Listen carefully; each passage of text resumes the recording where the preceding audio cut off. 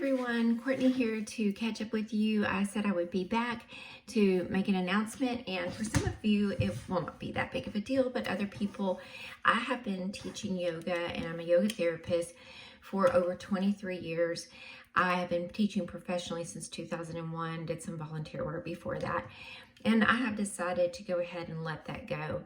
I taught a big workshop yesterday. I had 19 people participate in that workshop and it went really well. But due to some health problems I've had over the past few years with my autoimmune disease, my health is kind of up and down, and I don't need any more stress than I already have. And I felt that, running a business with my husband retired from police work last year.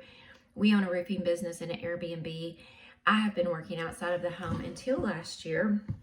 I took a break, but last year we were so busy. And I just decided that it was time to let go completely. So all my certifications are going to be running out over the next, it doesn't really matter if you're not into yoga. Some of them don't run out for 3 years, or I'm sorry, a year and a half, and some run out this year.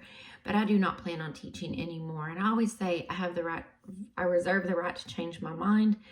But at this time, I don't plan on doing it. I'm really looking forward. This is our first year that I would consider as semi-retired because we both don't have to go to a day job.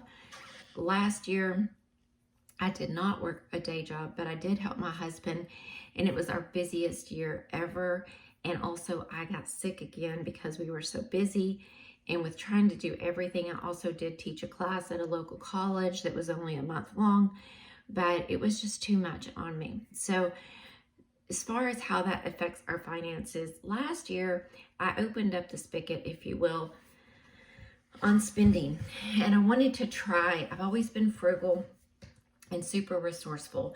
And I've been trying to kind of begin to enjoy some of the fruits of our labor, because we finally, my husband and I, if you haven't been here before, we met when I was 40 and he was 53, and I'm now 53 and he's 65. And we were both single parents. I had 4 kids at home and he had 1, and we were broke. I mean, I did have my 401k and I did own my own house, but my income was only $15,000 a year, and he was going through a big transition, and we just weren't in a good space at all financially. But we were both pretty frugal, and he grew up really poor, and I won't get into our whole backstory, but the story is we both worked multiple jobs up until last year, and we built this business together. My husband was already doing this as a side hustle. I owned my own yoga business, and he owned a dojo, and then he was doing roofing on the side, and he was working a day job as a police officer, teaching at night and doing flexible construction work. So our story really is one of hard work, resourcefulness, and frugality. Last year I opened the spigot, we started spending more, and what ended up happening with that, and I'm sorry if you guys can see the edge of this here. I'm trying to find a quiet place in the house, so I'm in my workout room. What I realized was we did spend quite a bit more.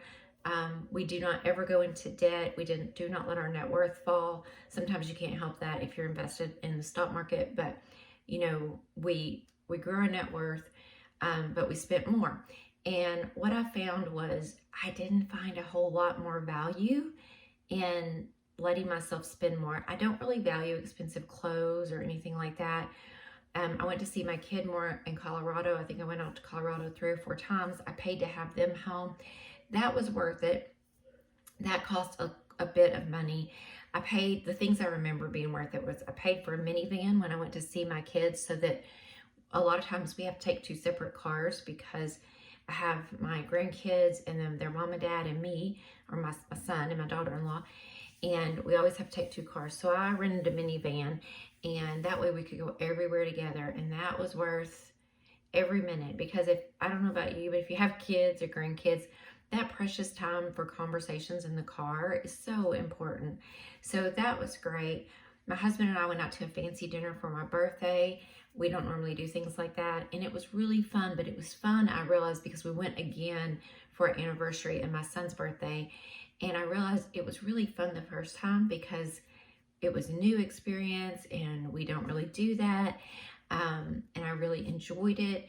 but I don't think it would be fun if we did it more, even though we can afford it now. And I'm talking like $100 meal for 2 people. So, normally we spend about a third of that.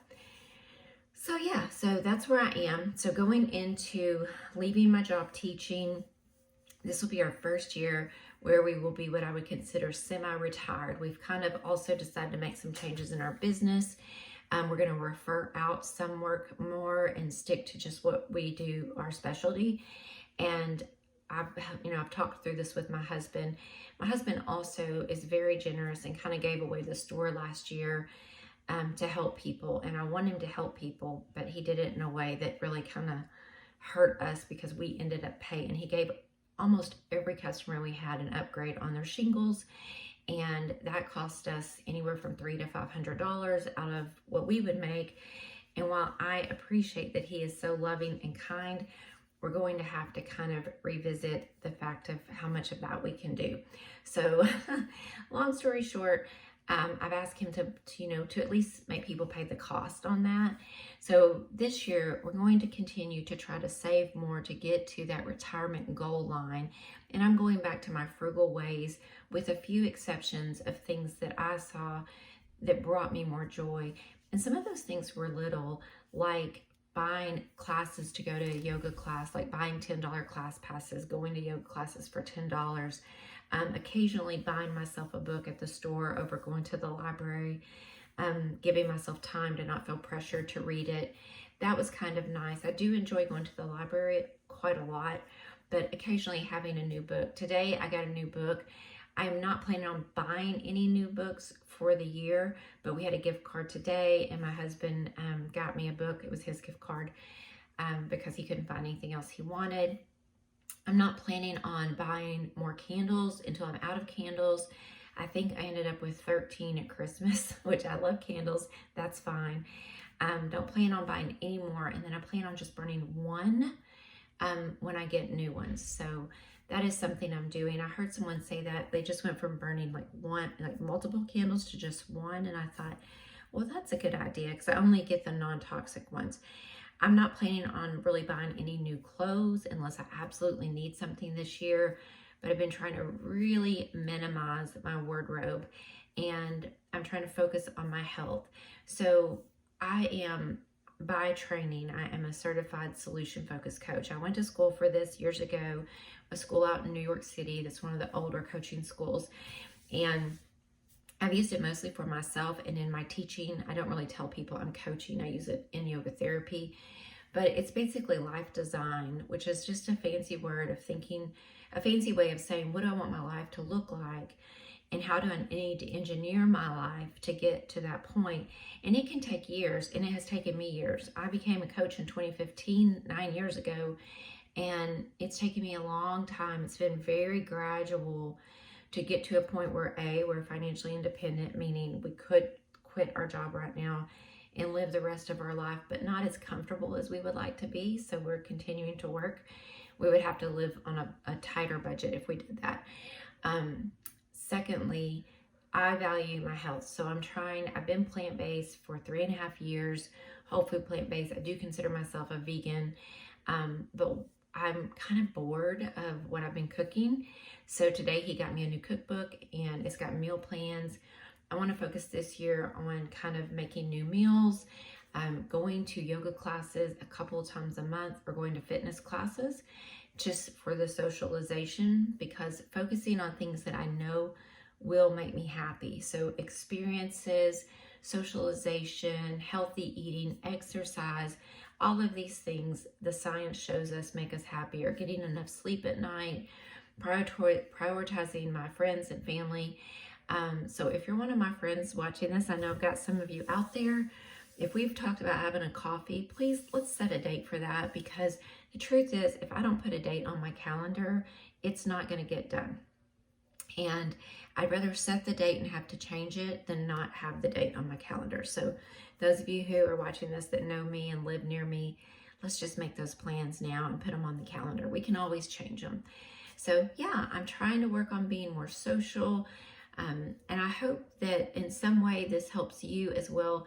Yesterday, the workshop I gave was on the science of happiness and how yoga's 8-limb practice teaches us it backs up all of that science. So those are things like contentment, self-discipline, treating other people kindly, practicing gratitude every day. So I hope that you found value in this. If you did, please like and subscribe. And thank you for being here. I'll try to get a video out at least twice a month. Bye-bye.